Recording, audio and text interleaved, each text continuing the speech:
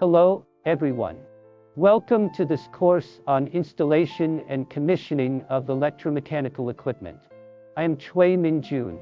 Today, we will study Chapter 3, PLC Program Controlled Punching on the Training Bench, Servo Motor Control Subprogram, X-Axis Turret Stepper Motor Control Subprogram. The Servo Motor Control Subprogram pertains to the X-Axis Turret Stepper Motor Control Subprogram. This lesson discusses this topic based on the application scenario of PLC program-controlled punching on the training bench. First, we need to clarify our learning objectives in this lesson.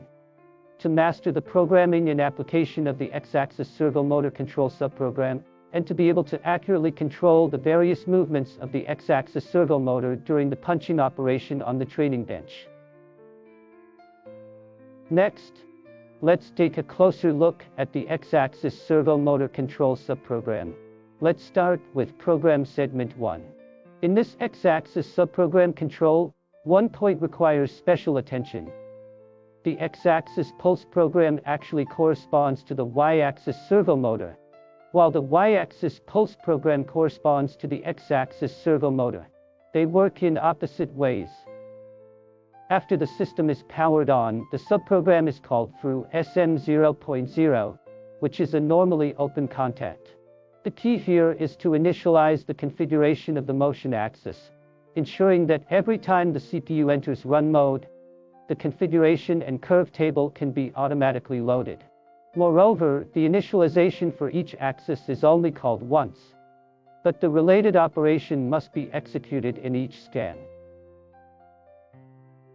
At the same time, the mod parameter is involved, which includes M12.7, the home position flag of the X-axis, and M0.1, the stop flag. When mod EN is enabled, motion control instructions are allowed to execute. Conversely, if mod EN is disabled, the current instruction will be terminated, and the motor will decelerate to a stop. Specifically, when both M12.7 and M0.1 are set to 1, the X-axis subprogram will stop running. Next is Program Segment 2, which is mainly about the assignment of the signal for the negative direction of the X-axis to the intermediate memory M12.3. In manual mode, if the X-axis is to move in the negative direction, then M12.3 will be set to 1. For Program Segment 3, the focus is on the manual mode control of the X-axis. When the input signal I0.6 corresponding to manual mode is set to 1, the run parameter is triggered. At this point, the servo motor will begin to accelerate until it reaches a speed of 50.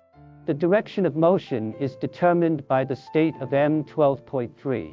Specifically, 0 indicates the positive direction, and 1 indicates the negative direction. During motor operation, speed adjustment is allowed. However, once the direction is determined, it remains fixed. When run is disabled, that is, when I0.6 becomes 0, and automatic mode is activated, the motor will decelerate to a stop. In addition, job operation can be performed in the forward direction using job P, or in the reverse direction using job N. In the event of an error, the error status information will be stored in VB20. At the same time, it is also necessary to record the current position to VD22, the real-time speed to VD26, and the direction to M12.2. For Program Segment 4, it is about the X-axis automatic movement mode.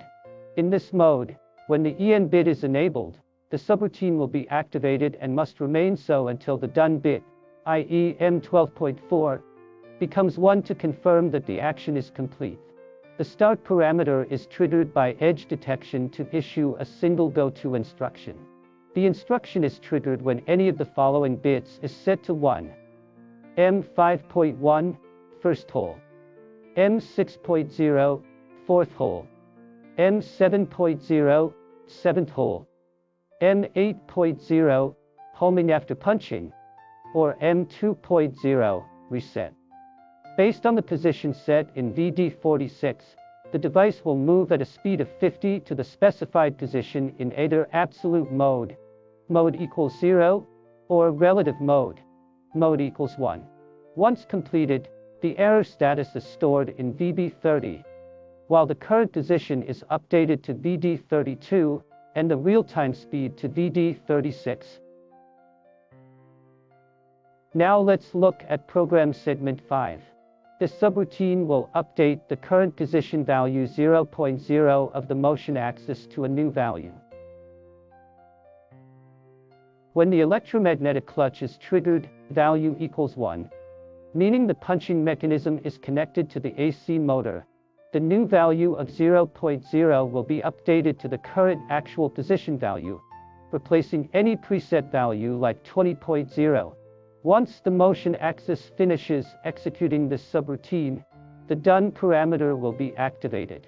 Meanwhile, the error parameter will reflect the result of the subroutine execution, and the CPOS parameter will display the current position of the motion axis. Lastly, please complete the exercises after class to deepen your understanding and mastery of the X-axis servo motor control subprogram writing and application techniques. That's all for this lesson. Thank you for your attention. See you in the next class.